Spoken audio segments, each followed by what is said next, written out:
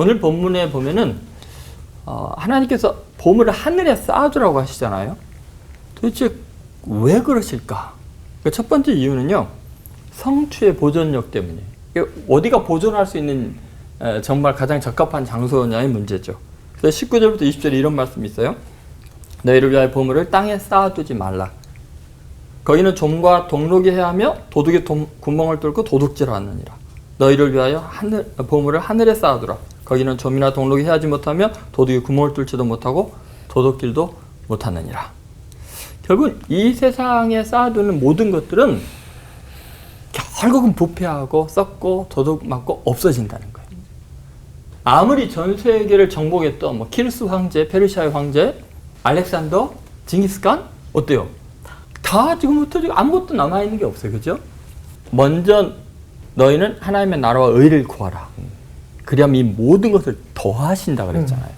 그러니까 하나님의 나라와 의를 구하는 것, 그것이 이 보물을 하늘에 쌓아두는 거죠. 거기만 보존력이 있기 때문에 그런 거죠. 자, 두 번째는 하늘에 쌓아두라고 하시는 이유는 뭐냐면 심신의 건강을 결정하기 때문에 그래요. 21절부터 23절에 보면 마음이나 눈이나 몸의 건강, 인생이 어두워지고 밝은 거의 문제가 이 보물을 어디에다 쌓느냐에 달려있다는 거죠. 내 보물이 있는 그곳에는 내 마음도 있느니라.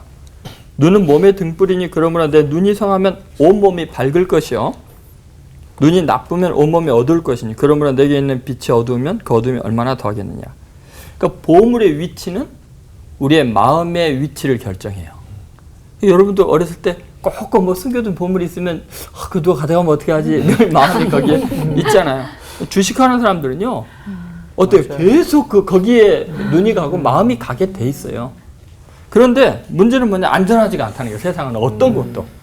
그러면 마음을 거기다 두면요, 이거 뭐 마음이 어두워질 수밖에 없어요. 불안할 수밖에 없어요. 그럼 몸이 망가지게 된다는 거예요.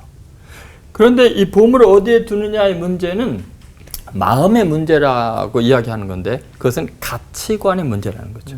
가치관이 어두우면은 결국은 희망이 없어지는, 그래서 몸과 마음이 다 망가질 수밖에 없고 늘 근심과 불안에 쌓일 수밖에 없다는 거죠. 그래서 보물을 하늘에 쌓아두라.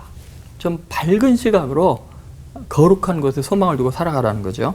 세 번째, 이 보물을 하늘에 쌓아두라는 것은 인생의 주인을 결정하는 중요한 일이기 때문에 그래요. 24절에 한 사람이 두 주인을 섬기지 못할 것이니 혹 이를 미워하고 저를 사랑하거나 혹 이를 중히 여기고 저를 경히 여김이라. 너희가 하나님과 재물을 겸하여 섬기지 못하느니라. 자, 다시 말해서 우리가 보물을 어디다 쌓아두느냐. 땅에 쌓아두면 보물이 내 인생의 주인이 돼버려요. 그리고 하늘에 쌓아두면 하나님이 내 인생의 주인이 되는 거예요. 그러니까 이 보물을 악마화할 수 있는 것이 우리들이 땅에 쌓아두는 그것을 통해서 보물을 악마화할 수 있는 거예요. 근데 우리가 하나님께 쌓아두면은 하나님은 부하게도 하시고 가난하게도 하시잖아요. 마치 어떤 여인이 너무너무나 사랑스러워서 왕이 네가 원하는 건 뭐든지 줄 테니까 한 가지만 선택해라. 한 성이라도 나라 절반을 주겠다 했더니 저는 대왕님을 원합니다. 그렇잖아요. 하나님께 모든 걸 드리면 그분이 나의 모든 것이 되는 거 아니겠어요? 중요한 것은 이런 겁니다. 하나님은 왜 우리에게 보물을 자꾸 요구하시냐는 거예요. 왜 보물을 하늘에 쌓아두는 거예요. 내가 갖고 싶은데. 하나님 너무 욕심장이 아니에요? 그 이유가 있어요. 하나님의 마음이 우리에게 있기 때문이에요. 모든 걸 요구하는 것은 모든 걸 다 줄 때만 가능해요. 하나님의 보물이 뭘까요? 하나님이 만든 산과 바다와 하늘이 하나님의 보물일까요? 하나님의 최고의 보물은 뭘까요?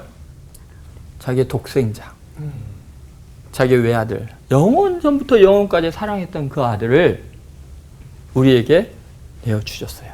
하나님이 세상을 이처럼 사랑하사 독생자를 주셨으니. 그 뭘 의미해요?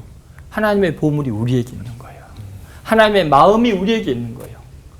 그러니까 하나님께서 요구할 수 있는 거예요. 네 보물 하늘에 쌓아라. 내게 주라. 나도 내 보물 너에게 줄 테니까. 향유 옷값을 깨뜨린 그 여인에 대해서 예수님께서 감격하시는 이유가 뭐겠어요? 이 복음이 증거되는 어디서든지 이 여인이 행한 것을 봐라. 사실 그 여인은 옥합을 깨뜨렸지만 예수님은 자기의 몸을 찢어서 피를 쏟았거든요. 그 여인의 옥합은 재산의 일부이지만 예수님은 자신의 생명과 피를 다 내어주셨거든요. 그러니까 예수님은 나를 주로 믿으라고, 너 모든 보물 내게 달라고 충분히 이야기할 수 있는 거예요.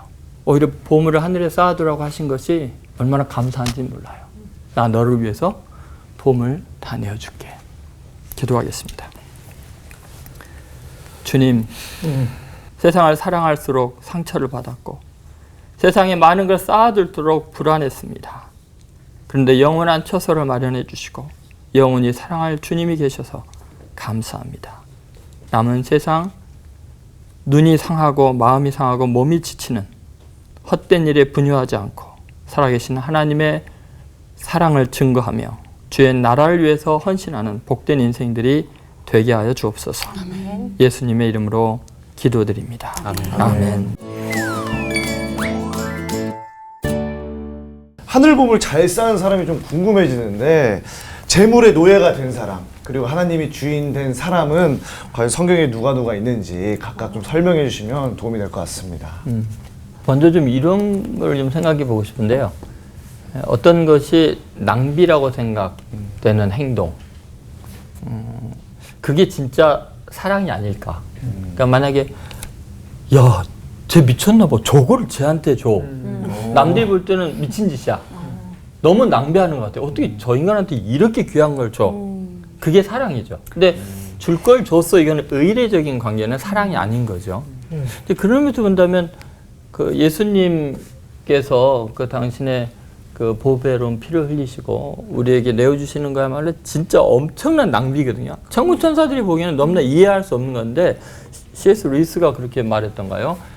뭐 우주 가운데 그 파란 그냥 세균이 가득한 저 지구 덩어리, 오물이 가득한 그곳에, 지저분한 그곳에 왜 독생자가 가서 그 보배로운 피를 흘리는지 천군 천사는 이해할 수가 없다는 거예요. 근데 그래서 사랑이 있죠. 그래서 사랑이 입증되는 거죠. 그러니까 그러한 낭비가 없으면 사랑이 사랑일 수가 없는 거예요. 그런 의미에서 본다면 이제 성경에 나오는 많은 인물들이 정말 거룩한 낭비를 한 사람들이 많아요. 그것은 왜 그러냐면은 하나님을 향한 사랑의 표현이죠. 그래서 원망이나 낙심을 안 해요. 대표적인 걸로 하나를 든다면은 아브라함이 이삭을 바칠 때 하나님이 이러시고는 네 아들 바치라 안 그러고, 창세기 22장에 보면 내 아들, 내 독자, 사랑하는 이삭을, 너 웃음이고 기쁨인 이삭을, 그러니까 가장 귀한 거죠. 자기 생명보다 귀한 것을 바치라 그러거든요. 다음 일찍 일어나서 가잖아요. 바치려고 할 때 하나님께서 이제 너가 나를 사랑하는 줄 경외하는 줄 알겠다. 이거 뭐 인간적인 관계로 표현한다면 사랑하는 줄 알겠다는 거죠. 왜냐하면 내 사랑하는 독자 이삭을 내게 아끼지 아니하였으니. 이거 과분한 희생이죠. 있을 수 없는 일이에요. 자기 아들을 희생한다는 거. 근데 하나님이 너무 감격해 하시면서 내 씨로 말미암아 대적이 무너질 그 승리의 보장, 그 다음에 땅에 충만해서 번영의 보장, 그 다음에 천한 만민의 복의 근원이 될 거다. 이런 어마어마한 그러니까 하늘에 쌓아준 복이죠. 그걸 바뀌죠. 이 땅에 있던 보물이 하늘의 영광으로 바뀌게 되잖아요. 아브라함이 이삭을 잡는 그 가장 귀한 보물을 희생하는 그걸 보면서 하나님은 뭐를 받겠어요? 내 아들, 내 독자를 내가 저렇게 희생해야 되는데. 하나님은 지금 아브라함의 그걸 보면서 당신의 아들이 희생당할 걸 생각하고 계시는 거예요. 그래서 멈추라고 하는 거 다 당신을 희생한 거죠. 만약에 제가 이런 상상을 해봤어요. 만약에 하늘나라에서 아브라함이 하나님 옆에 있다가 예수님이 십자가 못 박히기 직전에 로마 군병이 이제 정을로 예수님 손에 못을 박으려고 들었을 때 온 천군 천사들이 벌벌 떨었을 거예요. 어떻게 이런 일이 막 이러면서. 근데 아브라함은 씩 웃고 있을 거예요. 여유가 있었을 것 같아요. 유일하게. 왜 그럴까요? 살릴 거니까. 멈추라 그럴 줄 알았을 거예요. 왜냐하면 자기가 독생자 죽이려고 할 때, 자기 독자를 죽이려고 할 때 하나님 멈추라 그랬거든요. 그런데 하나님의 아들인데 하나님이 멈춰 안 그러겠냐고. 그런데 내리쳐졌거든요. 그때 아브라함의 충격이 어땠을까? 제가 살아가면서도 그런 것 같아요. 내게 있는 가장 큰 보물이 뭘까? 집일까? 자식일까? 부모님이었을까? 그것을 희생해도 하나님이 나를 향한 사랑은 비교가 안 되는 것 같아요. 내가 갖고 있는 보물하고 하나님이 갖고 있는 보물은 너무 가치가 다른 것 같아요. 그래서 성경에 정말 보물을 하늘에 쌓아둔 사람, 그게 누구냐 하면은 예수님이고 하나님인 것 같아요.